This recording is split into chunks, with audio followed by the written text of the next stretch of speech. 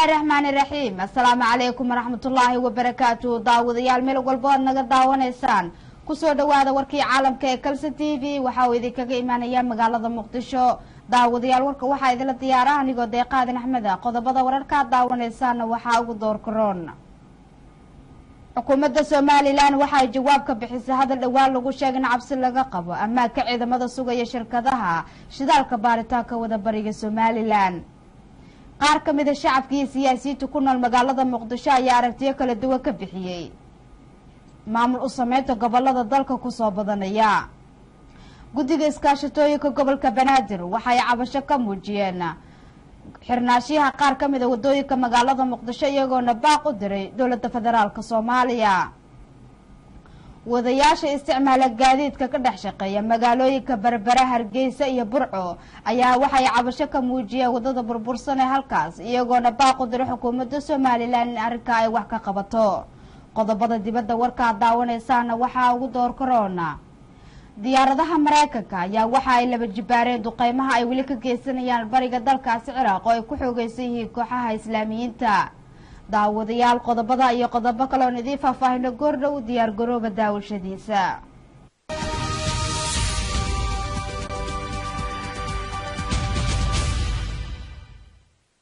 daawadayaal intaa waxay ahaayeen qodobadii warka ugu door karoona markana warkii oo dhan. qaar ka mid ah siyaasiyiinta shacabka ku nool magaalada Muqdisho ayaa aragtiyo kala duwan ka bixiyay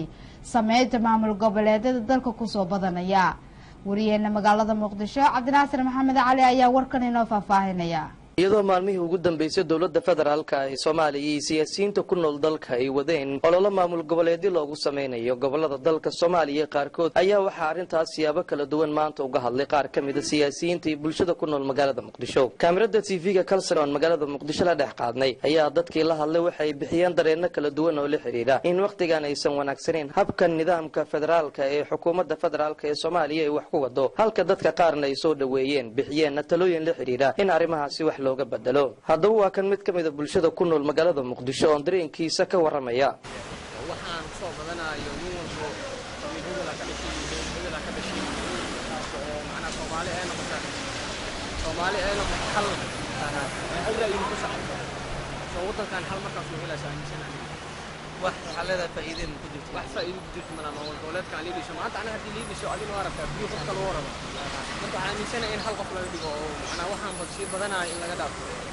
jiradan way sii kordhay oo loo wadaas. sheekada Maxamed Nuur Sheekada Madoobe waa mudane ka tirsan baarlamaanka Soomaaliya waxa uu isna dhiibanayaa aragtidiisa la xiriirta arrimahaasi. dhanka kale waxa uu dowladda federaalka ee Soomaaliya ugu baaqay inay wax ka bedesho nidaamka waqtigan federaalka loogu baahinayo dalka gaar ahaan maamul goboleedyada tirada badan ee dowladdu ay sameynayso.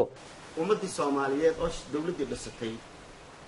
xukuumadeeda madaxweynaheeda golaheeda guurtada baarlamaankii oo xulitaankiisa dhamaaday in la leeyahay lama tashanayo waxana la weydiinayo dawlad haddana bayda waa la tagayaa meel gaar ah la fadhiisanayaa dawlad kale haddana la sii dhisaya in la leeyahay war madaxdii dawladda mas'uuliyiintii dalka soo ummadda ayaga mas'uul uma aha maslaxadooda inay ku shaqeeyaan soo ma aha ma ayaga wax la isku problem ka imaanayo ummadda isku dagaalayso dhibaato ka abuurmayso ma ayaga abuuraya arintaas aniga waxaan leeyahay in waqtiisan waaye ilaa muddadan waxaan u aamusnaa aniga xildhibaano badan oo ayagana la arki doono. aragtiyadan ay bixinayaan shacabkii siyaasiyiinta ku nool magaalada Muqdisho waxay ka dambeysay ka gadaal markii dhawaanahan bay soo baxayeen maamul goboleedyo tiro badan oo dalka looga dhawaaqay. Cabdinaasir Maxamed Cali, Kalsan TV, magaalada Muqdisho.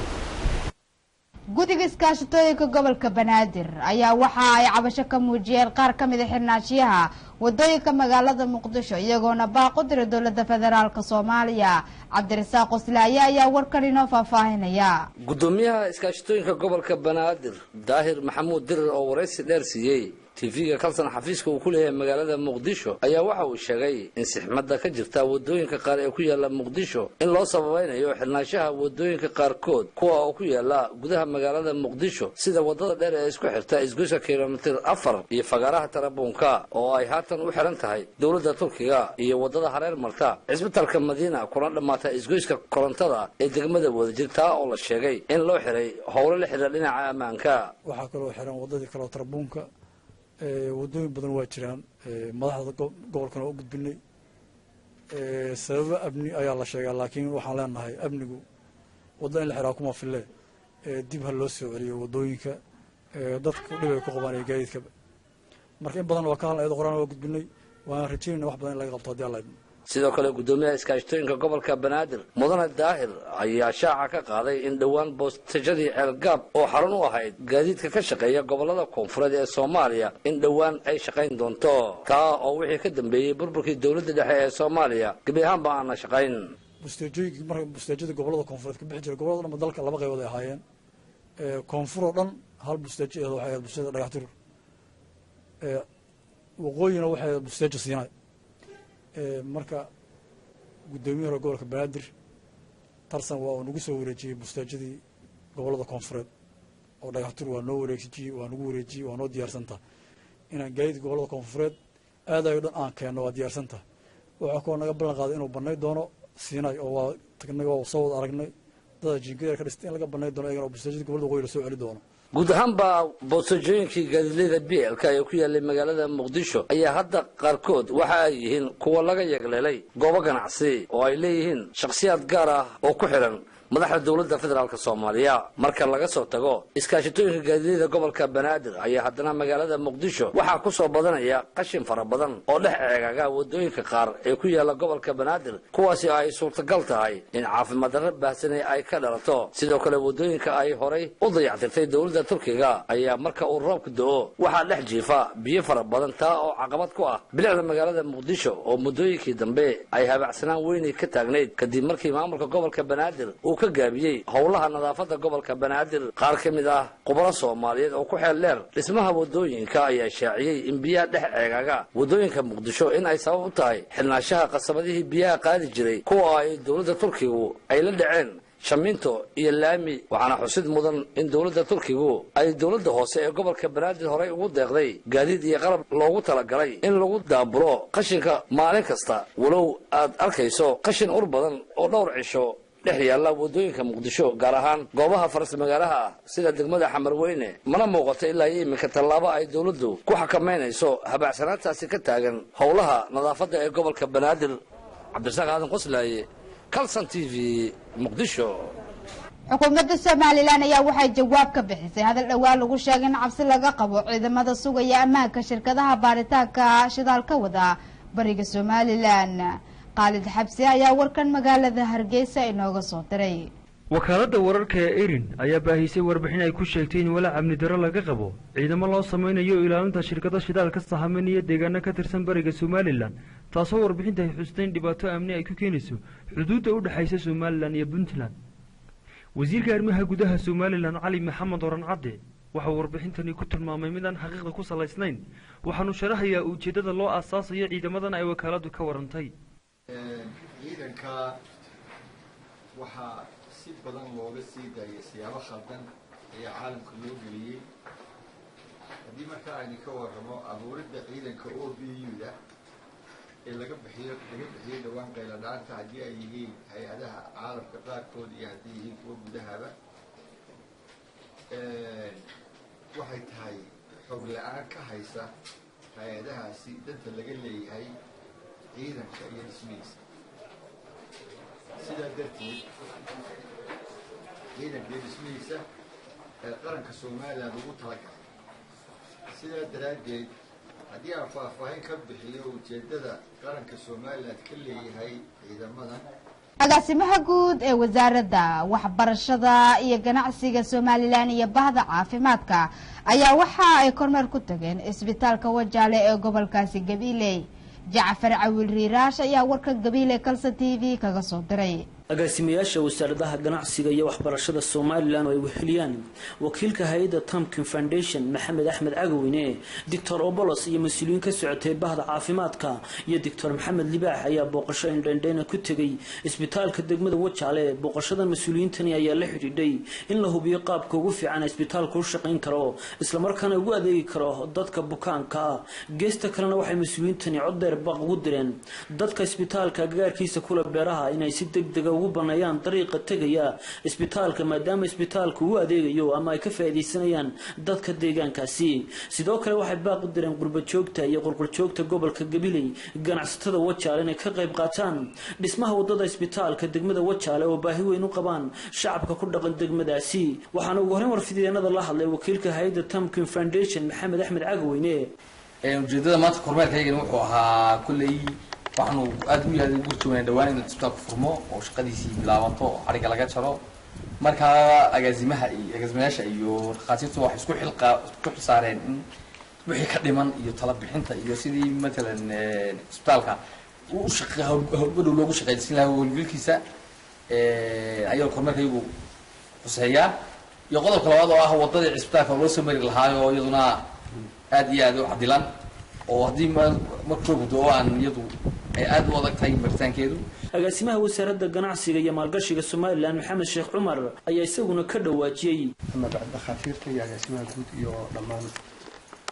inta xilkaska ay soo xilqaaday in ay soo arkaan ama ka tala bixiyaan ama soo booqdaan isbitaalkan inoo soo kordhay ee ay noo hirgeliyeen Sheekh Maxamed bin Rashid Al Maktoub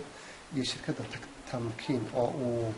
uu markaa oday ka yahay ama uu madax u yahay Maxamed Axmed Cagaweyne يعني آدي أدمن لما نقول سلامية أنتي كقيد شيء ولا وحوي صدقة جارية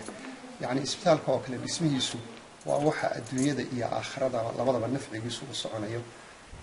ما كانوا بعدين ما يروح حمر أوران لها دتك دجان كا إن له رد اختار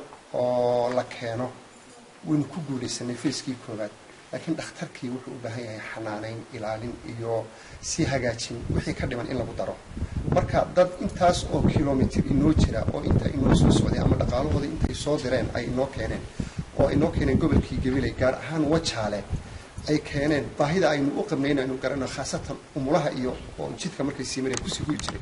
waxa loo baahan yahay wixii hadii aynu helno inaynu adkaysano marka waxaan ku baaqayaa oo ugu baaqayaa ganacsatada iyo dadka wax haysta iyo odayaasha number 1 in horta laga qayb qaato dhismaha jidka in la dhiso koow oo cidna lagu haleyn oo laga dhigo يعني بريورتيغا ugu horeeya in jidka la dhiso waa koow sidoo kale agaasimaha tacliinta sare ee wasaaradda waxbarashada Abiib Axmed Cali ayaa baaq u diray in si degdeg ah loo baneeyo wadadaasi isbitaalka u imanaysa sidoo kalena wuxuu mahadnaq ballaaran u soo jeediyay muwaadinkii bixiyay dhulka uu ku fadhiyo isbitaalku iyo waliba hay'adda Tamkin Foundation ee isbitaalkaasi hirgelisay waxa aan maanta halkan uga mahadnaqay oo Ilaahay uga baryaa in wixiisa Ilaahay u barakeeyo Nuur Axmed Nuur Yare oo ah haliyay ka soo jeeda deegaanka gobolka Gabiley oo ah ninka isagu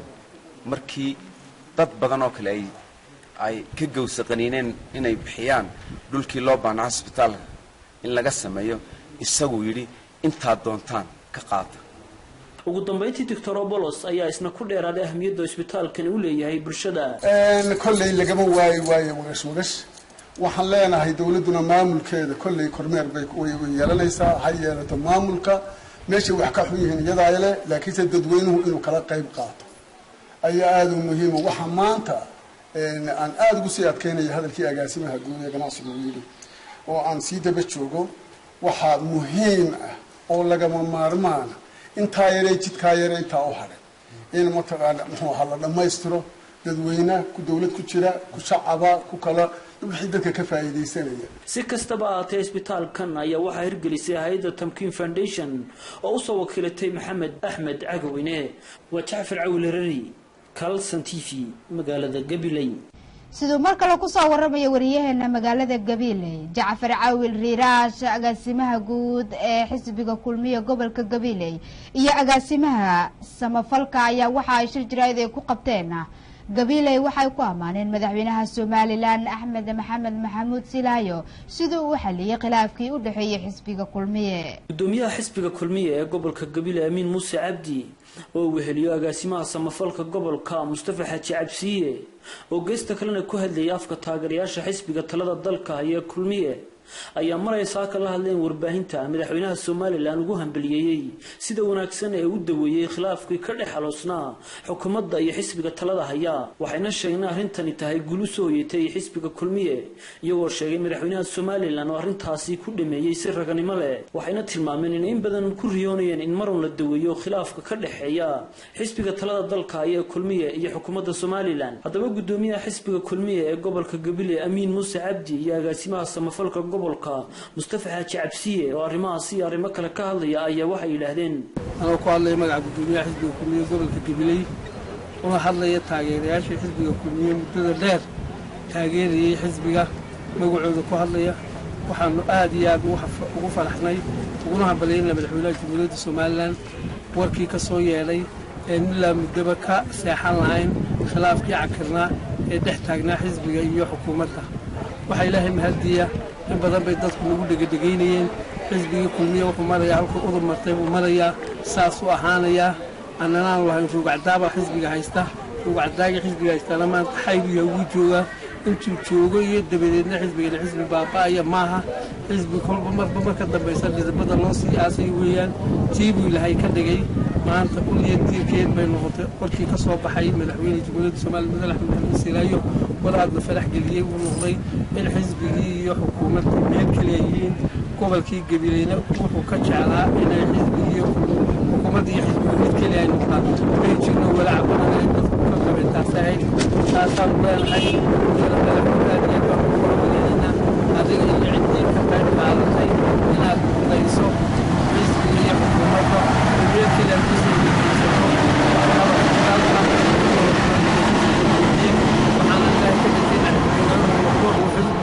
waara inuu noqdaan ku rajooynahay taasaan ugu hambalyeynaa waxaan leenahay hambalyo intaasaan maanta ay bisha tahay 8 waxaan aniga gudoomiyaha xisbiga iyo taageerayaasha xisbiga waxaan hambalyo iyo bogaadi u soo direynaa heshiiska ay ka gaareen khilaafkii soo dhex galay xisbiga kulmiye xukuumadda waxaan maantana leenahay madaxweyne iyo gudoomiye waxaad farax geliseen shacbiga iyo taageerayaasha xisbiga waxaan moraalkii soo dhigay kulmiyana wuxuu maanta ugu muuqdaa inuu yahay xisbi dimuqraadi oo lagu dhex noqdo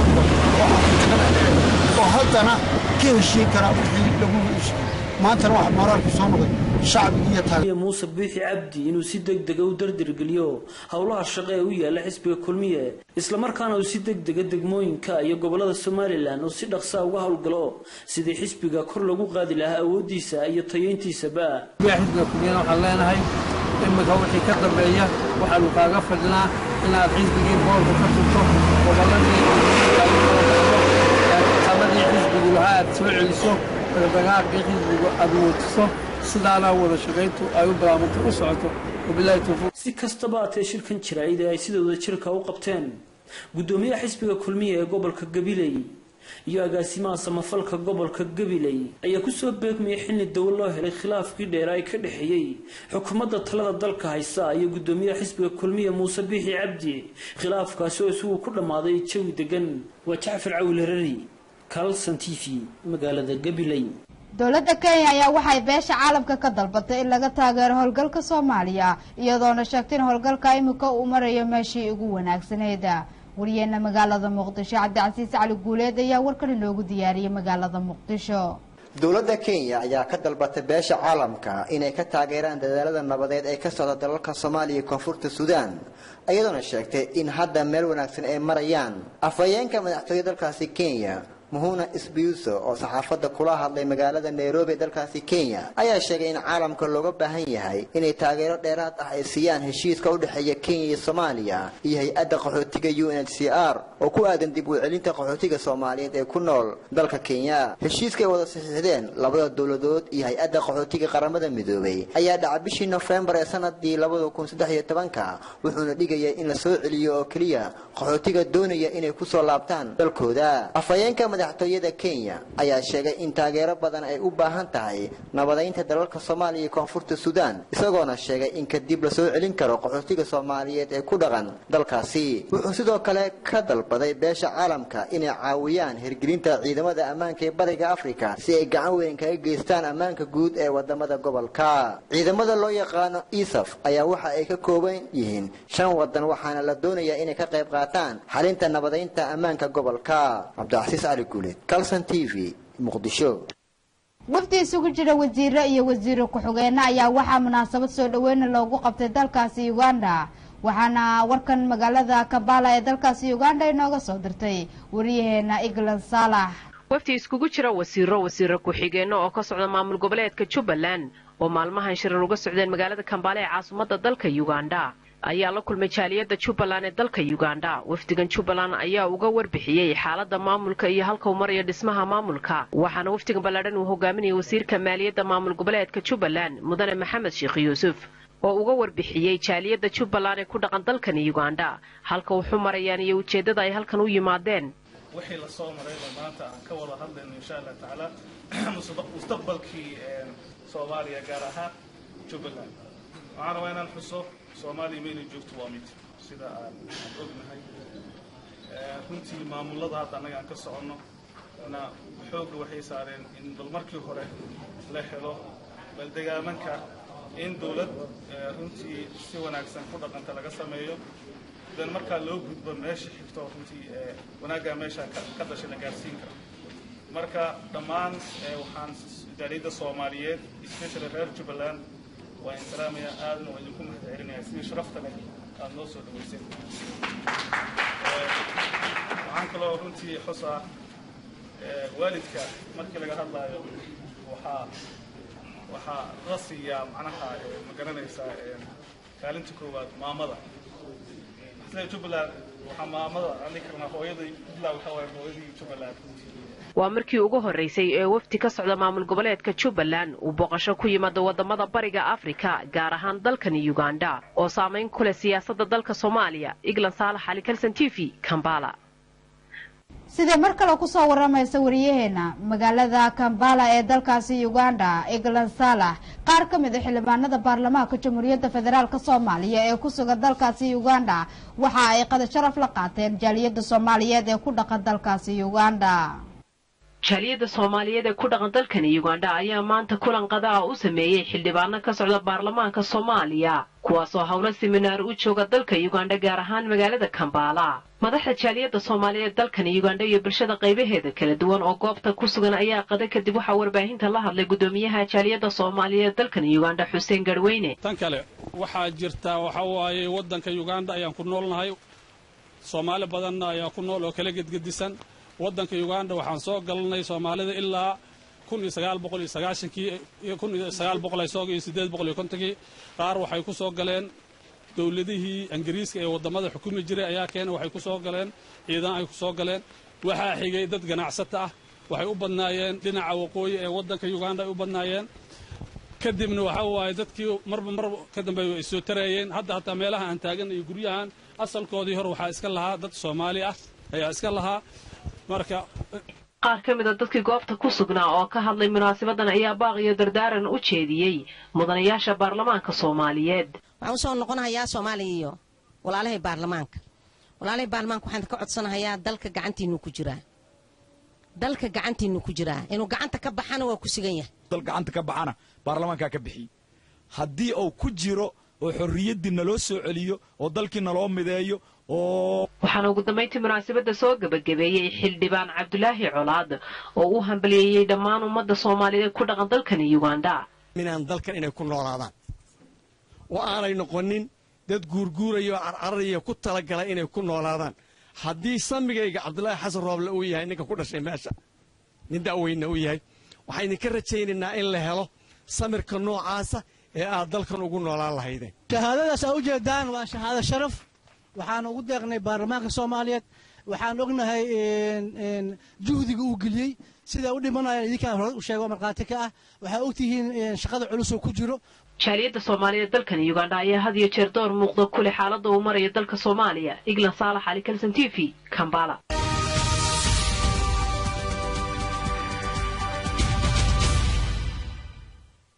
wafdigan oo hogaaminaya taliye ku-xigeenka ciidamada booliiska ee Soomaaliya General Ismaan Gasgas iyo taliyaha qaybta booliiska ee Amisom ee Soomaaliya General Bile ayaa waxa uu ahaa mid ay ugu kurgarayeen xaaladda ammaan ee gudaha degmada Jowhar iyo ciidamada booliiska ee ku sugan magaalada Jowhar qaabka ay u howlgalaan ayagana kulamo la qaatay mas'uuliyiinta maamulka gobolka iyo kan degmada Jowhar ana oo kurgulad ay ku sameeyeen dhismooyinkii muhiimka u ahaa ciidamada booliiska ee Soomaaliya ku lahaayeen magaalada Jowhar ayagana socod dheer ku soo maray inta u dhaxaysa xafiisyada maamulka gobolka iyo saldhigga magaalada Jowhar wareen waxay gaareen taliska qaybta booliiska ee magaalada Jowhar oo aad u burbursan iyo sidoo kale saldhigga magaalada Jowhar haddaba kormeerkaasi kadib ayaa halkaasi waxaa ka hadlay xiriyaha ciidamada booliiska Soomaaliya iyo kuwa Amisom sigoona ka warbixiyay ujeedada rasmiga ee ka dambeysay booqashada ay ku yimaadeen maanta waxaan aad iyo aad ugu faraxsanahay gobolka Shabeellaha Dhexe Jowhar oo maanta aan ku sugnahay iyadoo aan u nimid halkan ujeedadeena ay tahay inaan soo booqano gobolka aan soo qiimayno xaaladda booliiska gobolka maadaama ay baahi badan ka jirto oo gobolkii booliiskiisii iyo dibudhiskii ciidanka booliiska aan u imaanay annagoo wafdi ah oo hogaaminayo taliyaha ciidanka booliiska Soomaaliyeed General Ismaan Gasgas iyo taliyaha Amisom taliyaha booliiska Amisom General Bile kusimaha gobolka maamulka gobolka Jowhar Shabeellaha Dhexe gudoomiyaha gobolka Shabeellaha Dhexe kusimihiisa iyo gudoomiyaha degmada ahna maayarka maganaysa Shabeellaha Jowhar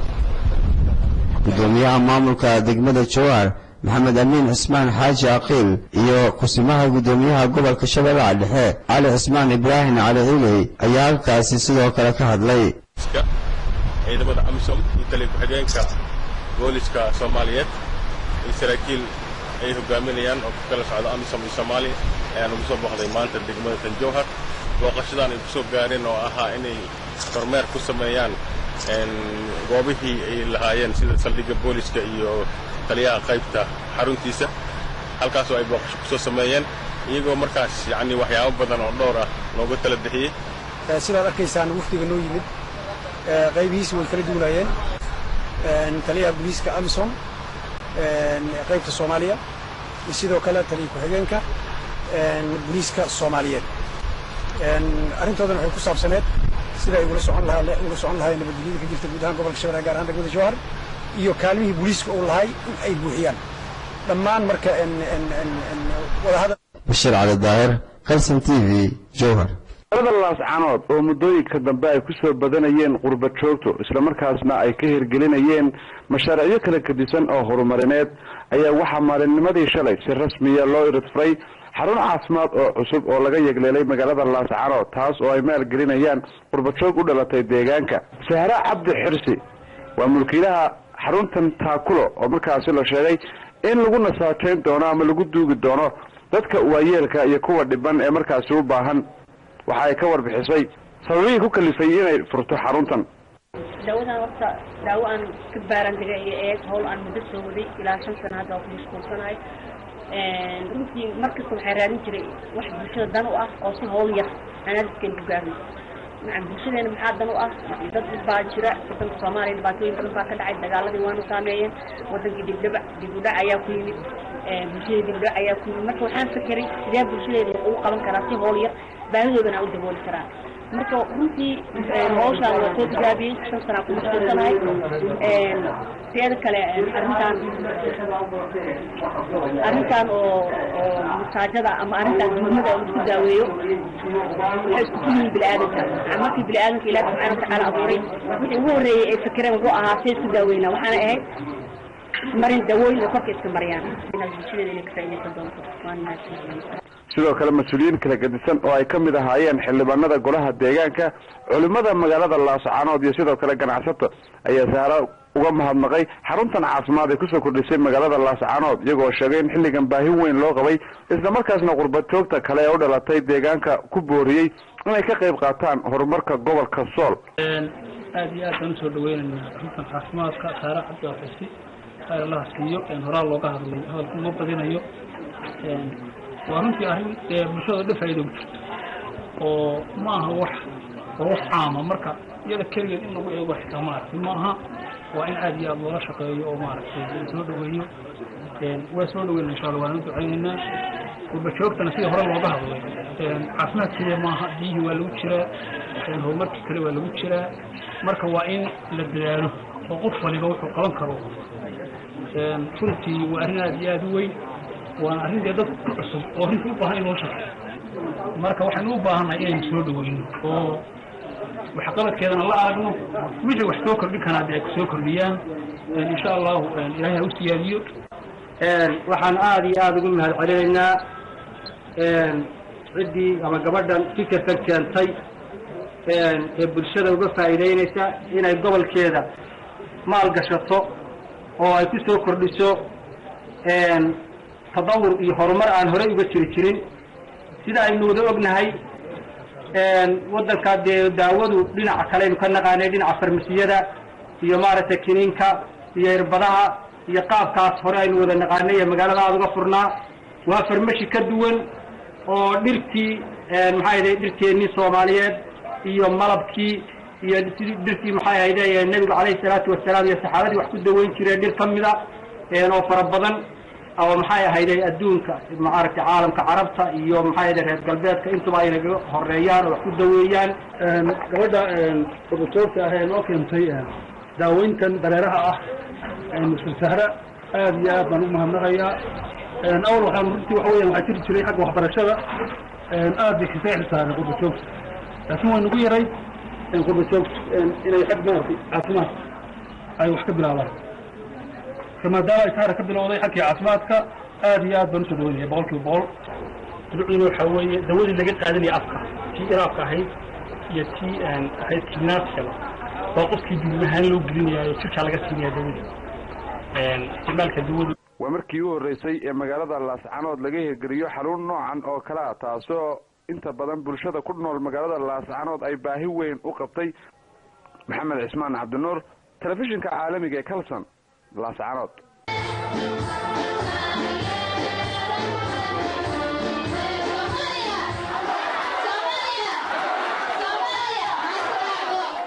munaasabad lagu taageerayay maamulka cusub ee loo sameeyay gobolada dhexe ee Soomaaliya ayaa lagu qabtay magaalada Kampala ee caasimadda dalka Uganda. Munaasabadan ayaa waxa soo qaban qaabiyay jaaliyada ka soo jeeda gobolada dhexe ee Mudug iyo Galgaduud ee ku dhaqan dalkan Uganda.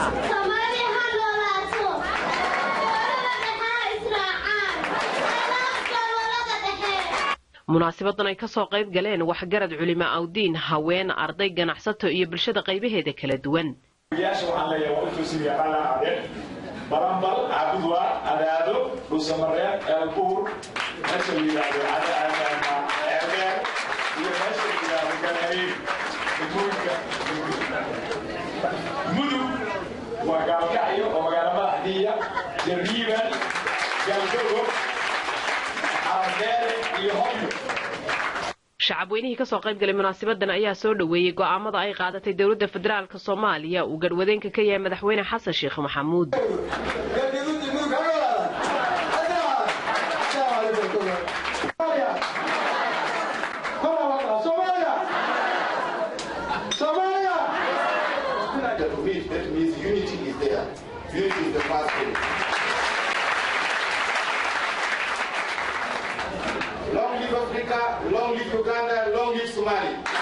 heshiiskan maamul u samaynta gobolada dhexe ee Soomaaliya kaasi oo muhiim u ah dadka degan goboladaasi inay dhistaan maamul ay ku midaysan yihiin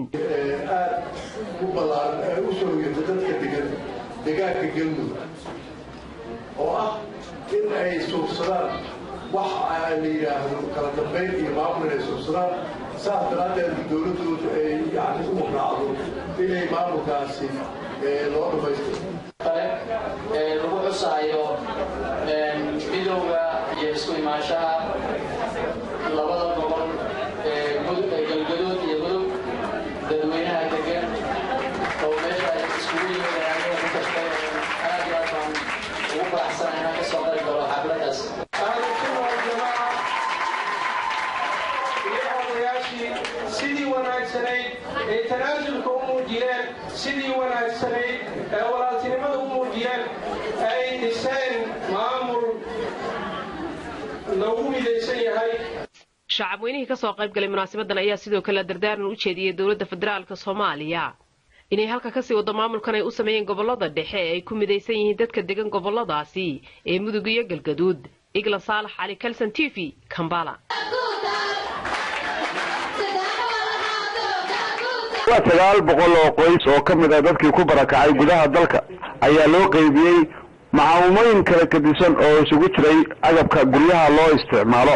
iyadoo dadkan barakacayaashaan ay u badnaayeen dadkii ka soo barakacay koonfurta dalka Soomaaliya iyo sidoo kale kuwa danyarta ee ku nool magaalada Laascaanood ayaa ururka Hanaqaad oo kaalmo ka helaya hay'adda NBA ay guddoonsiiyeen qalabkan dadkii ka faa'iideysanayay caawinadan ay bixinaysay ururka haweenka ee Hanaqaad ee xafiiskiisu yahay magaalada Laascaanood oo warbaahinta la hadlay ayaa ka warbixiyay sida ay ugu faraxsan yihiin kaalmadan ururka Hanaqaad uu soo gaarsiiyey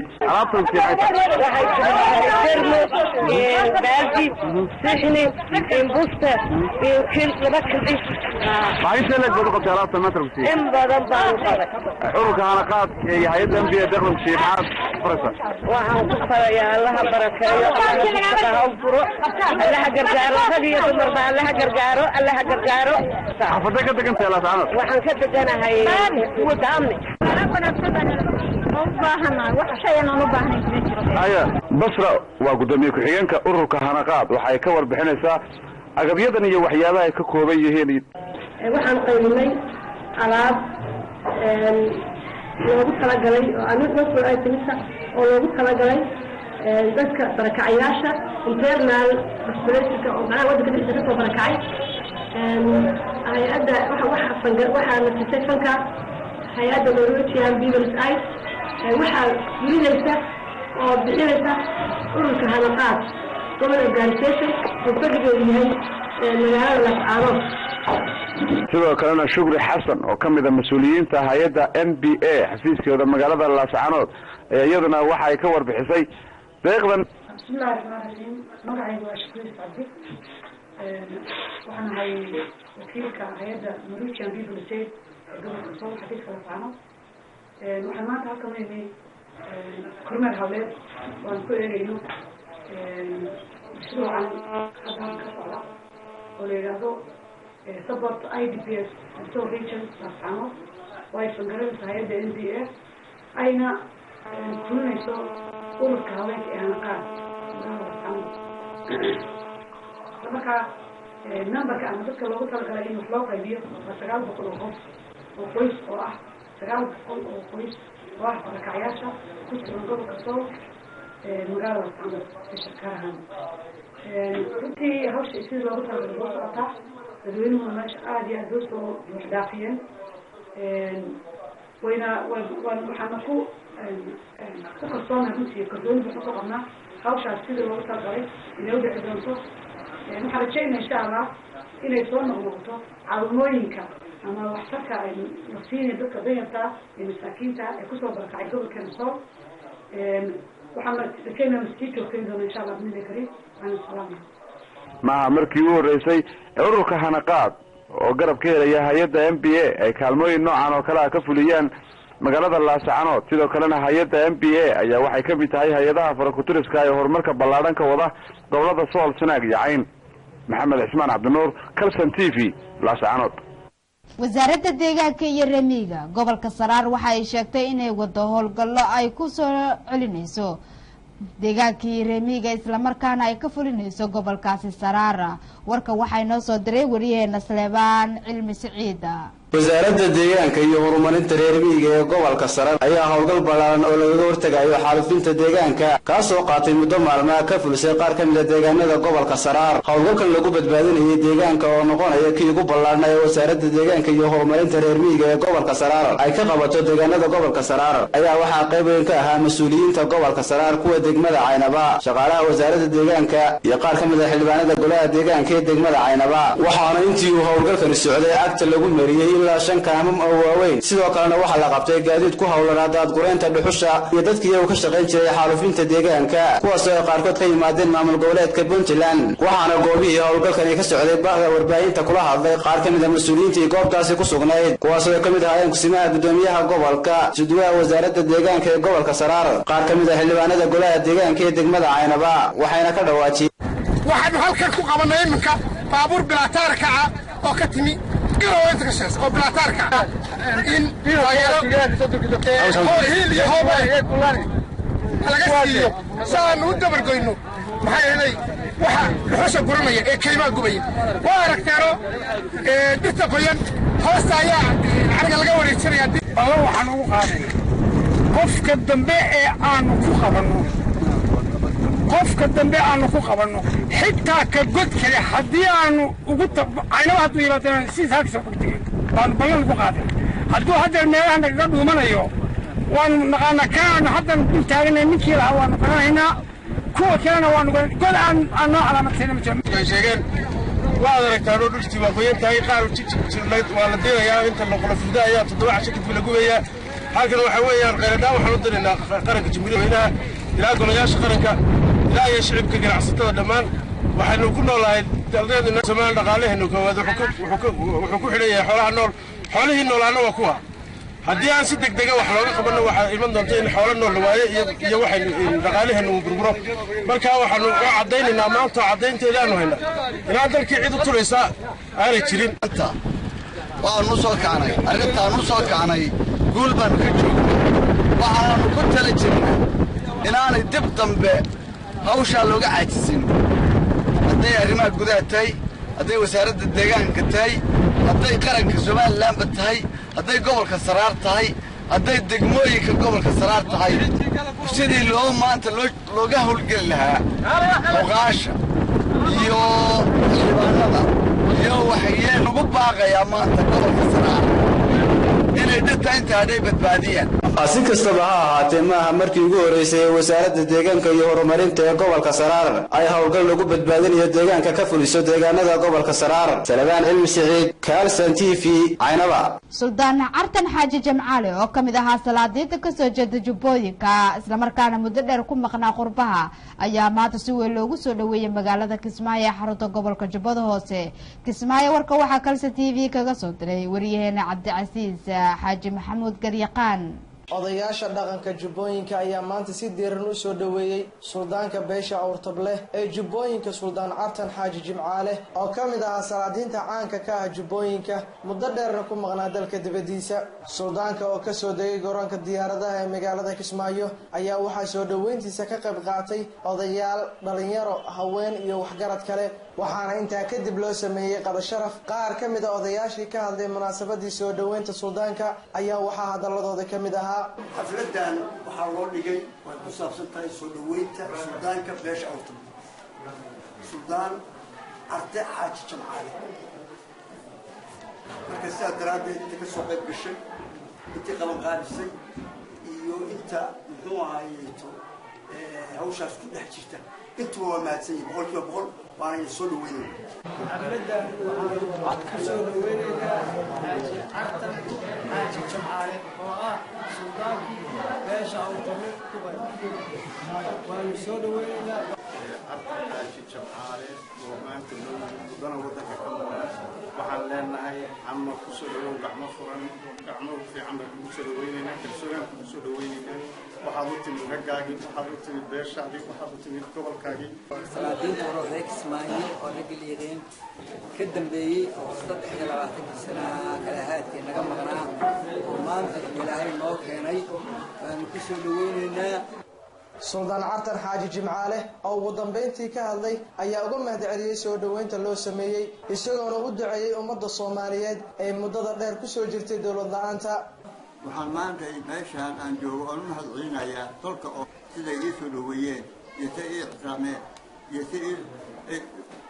ay qabteen iyo sida ay jaclaanta ka muuqata ayaan maanta ku faraxsanahay nin tolkiisa u yimid oo dhulkiisa yimid ayaan maanta ahay wax ilaahay abuuro iga maqan oo maanta aan tabatana aan tawaayo bay jiraan gobolkan Kismaayo waxaa joogay waan u mahadcelinayaa say ixtiraameen khayr iyo ducaan ugu ducaynayaa sal baan ugu ducaynayaa qalbisa baan ugu ducaynayaa laab furan baan ugu ducaynayaa soo dhaweyn baan ugu ducaynayaa soomaaliyeed dhammaan meel ay joogaanba muwaafaqo allah u keeno meel ay joogaanba muwaafaqo allah u keeno hata soomaaliya dhulkeena soomaaliya meel ay joogaan waxaan ugu ducaynayaa ilaahay inuu keeno muwaafaqo uu keeno midnimadooda uu keeno magacay lahaan jira ilaahay u soxeeyo waa fatahaad bay ku dhacday ilaahay inuu ka qaado soomaali midnimadeedii iyo shay ahayd iyo magaceedii ilaahay inuu soo celiyo cabdicasiis xaaji maxamuud garyaqaan telefishinka caalamiga ee kalsan magaalada kismaayo kula ku saabsan sidii loo horumari lahaa bulshada Buuhoodle iyo guud ahaan gobolka Cayn isla markaana ay soo qabaqaabiyeen qaar ka mid ah ardayda wax ka barata guud ahaan dalka Soomaaliya isla markaana fadhigoodu yahay magaalada Muqdisho ayaa lagu qabtay magaaladaasi Buuhoodle warka waxayna soo diray wariyeena Mahad Kilwa kulankan ujeedkiisu ahaa iskaashiga bulsho weynta ku dhaqan magaalada Buuhoodle xarunta gobolka ayna soo qaban qaabiyeen midowga ardayda ka soo jeeda gobolada SSC ee wax ka barata gobolada kale dalka Soomaaliya ee magacooda loo soo gaabiyo TSU fadhigoodu yahay magaalada Muqdisho ayaa waxaa laga arrinsanayay sidii loo horumarin lahaa magaalada Buuhoodle iyo guud ahaan gobolka Cayn waxaa goobjoog ka ahaa kulankan isla markaana ka soo qayb galay dhammaan qaybaha kala duwan ee bulshooyinka ku dhaqan magaalada Buuhoodle oo isugu jira aqoon-yahano bahda waxbarashada gobolka xildhibaano ka tirsan golaha deegaanka ee degmada Buuhoodle ganacsato ururada haweenka iyo kuwa dhalinyarada ugu horreyn waxaa ka warbixiyay ujeedka kulankan ay isugu yimaadeen inta badan qaybaha kala duwan ee bulshada gobolka Cayn madaxa dhaqaalaha midowga ardayda daraawiisheed Maxamuud Cabdi Xasan xafladda ciwaankeedu sida hore maqasheen waxay ku magacaaban tahay xafladda iskaashiga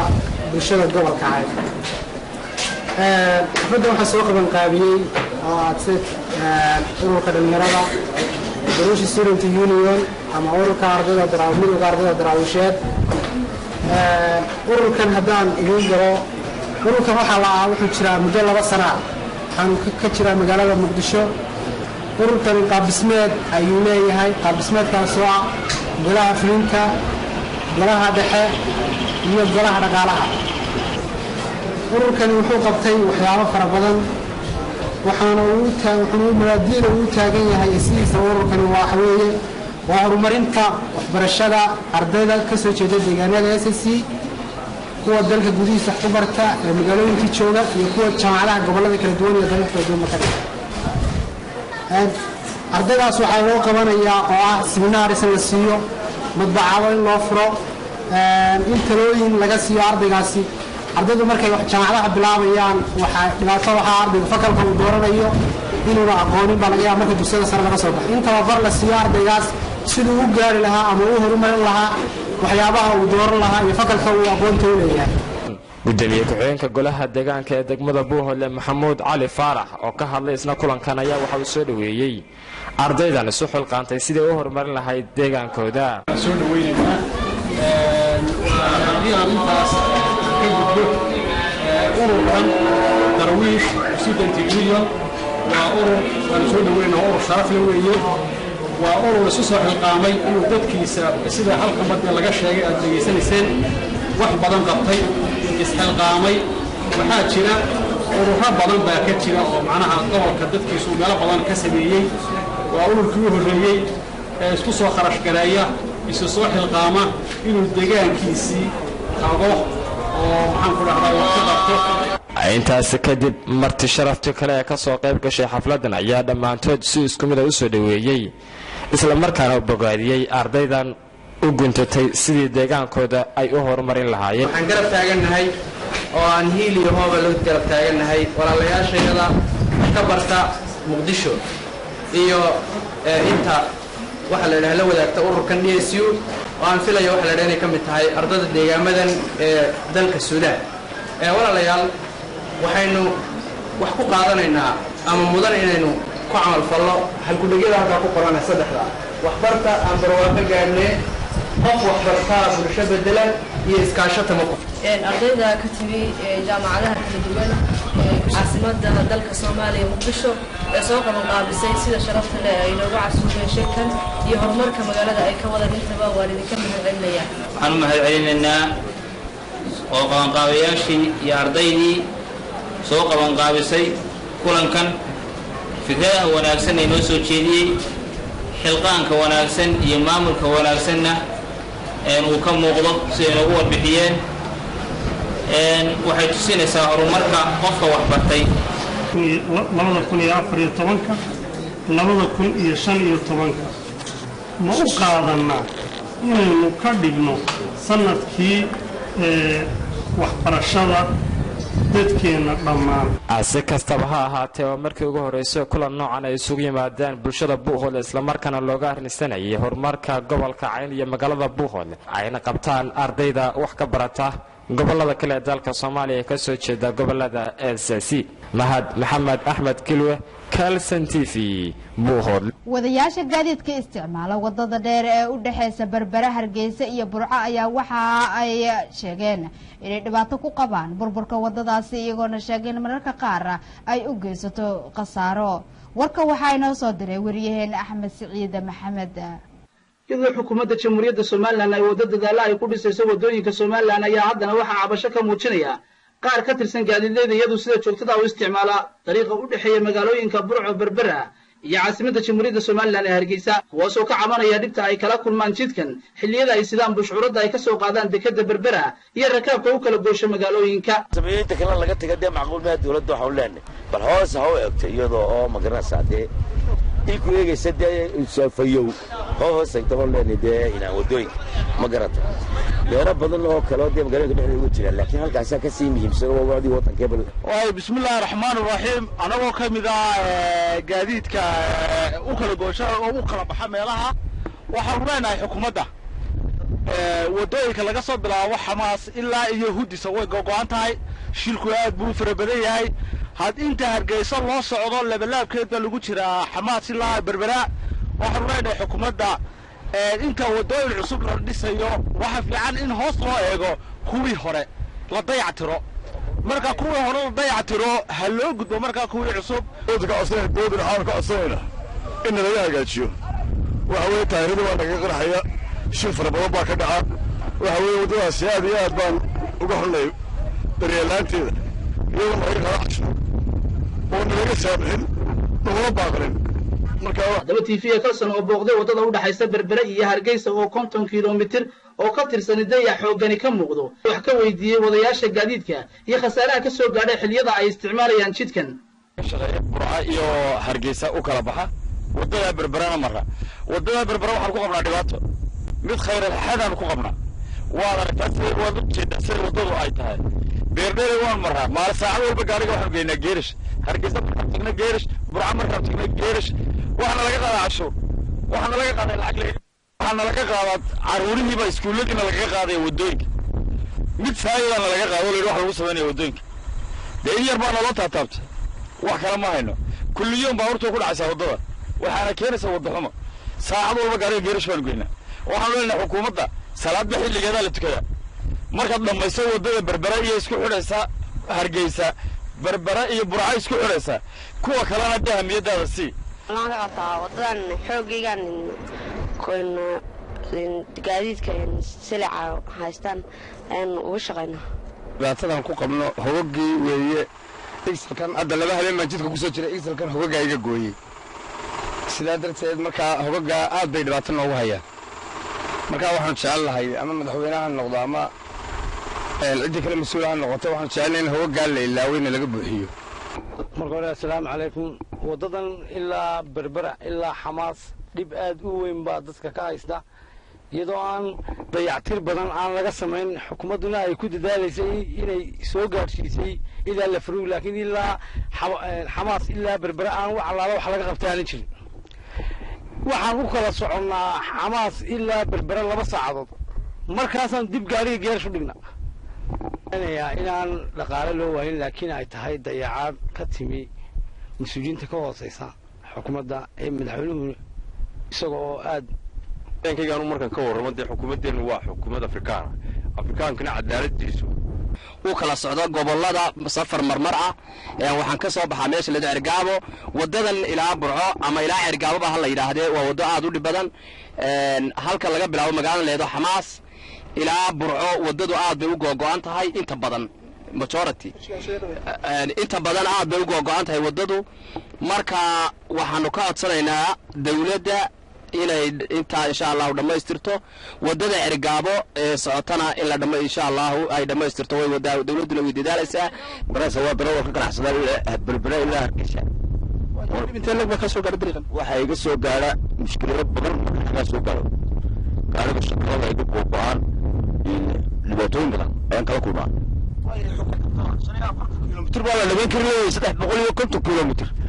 maskax lama gasho ee dhaqaalaha dalku ku tiirsan yahay isla markaana uu dayac badani ka muuqdo cabashadan ayaa ku soo beegmaysa xilli dhowaan xukuumadda jamhuuriyadda Soomaaliland ay gaadiidka ku kordhisay cashuurta loo yaqaan wadamarinta waa Axmed Saciid Maxamed Kalsan TV wadada u dhaxaysa Berbera iyo Hargeysa daawadayaal halka warkaas aad ka daawanaysaa waa Kalsan TV markana haddii aynu u gudubno qodobada wararka dibadda warka aynu idinkaga heno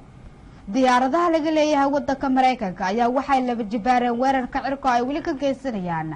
bariga dalkaasi Ciraaq oo ay ku xoogaysan yihiin kooxaha Islaamiyiinta ee dalkaasi dagaalka ka wada Mareykanka ayaa laba weerar oo dheeraad waxa uu ku qaaday kooxda Islaamiga ah ee ku xoogan waqooyiga dalkaasi Ciraaq waxaana sidaa sheegay waaxda difaaca ee Mareykanka diyaaradaha duuliyaha aan lahayn ee Mareykanka iyo kuwa ciidamada badda ayaa weerar cayiman ku qaaday meel ku dhow magaalada Irbal oo ah meesha uu ka dhacay weerarkii ugu horeeyay ee Mareykanka uu ku qaaday subaxii Jimcaha kooxda Sunniga ah ee Daesh ayaa ku xoogan qaybo kamid ah dalkaasi Ciraaq iyo Suuriya 10,000 oo ka soo jeeda dadka laga tiro badan yahay ayaa guryahooda ka baxay kadib markii ay weerarku ay la kulmeen Daesh ayaa waxa ay qabsatay qaybo muhiim ah oo ku yaala dalkaasi Ciraaq